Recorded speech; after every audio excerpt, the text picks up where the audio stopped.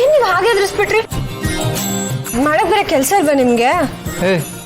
ಎದುರ್ಸಕ್ಕೆ ನಾನು ಬಿಡೋಣ. ಏನು ಅದು ಬಿಡು. ಅಲ್ಲ, ಏನೋ ಇನ್ವೆಸ್ಟಿಗೇಷನ್ ಮಾಡ್ತಾ ಇದ್ಯಲ್ಲ, ನೋಡೋಣ ಅಂತ ಬಂದೆ. ಏನು ಹುಡುಕ್ತಾ ಇದ್ದೆ?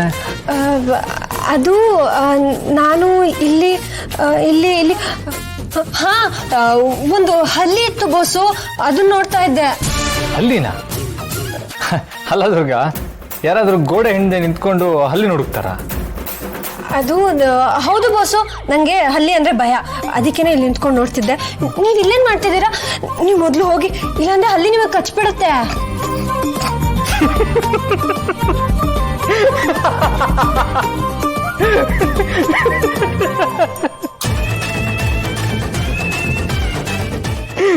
ಬಾಸು, ನೀವು ದೂರನೇ ಇರಿ, ಅಲ್ಲೇ ಇರಿ ನೀವು, ನಾನು ನೋಡ್ತೀನಿ.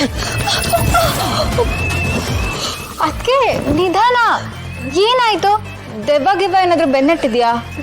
ದೆವ್ವ ಅಲ್ಲ ಶಾನ್ವಿ, ನಿಮ್ಮ ಅಣ್ಣಂಗೆ ಪಕ್ಕ ಹುಚ್ಚಿಡ್ತಿದೆ.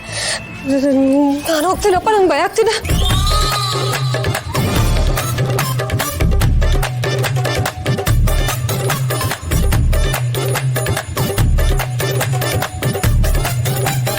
ಅಯ್ಯೋ ಅಣ್ಣ, ನಾನು ನಗು ಅಂದ್ರೆ ನಿಂಗೆ ಮುಖನ ಮಿಕ್ಸಿಗೆ ಹಾಕಿದ ಹಾಗೆ ಮಾಡ್ತಿದ್ಯಲ್ಲೋ.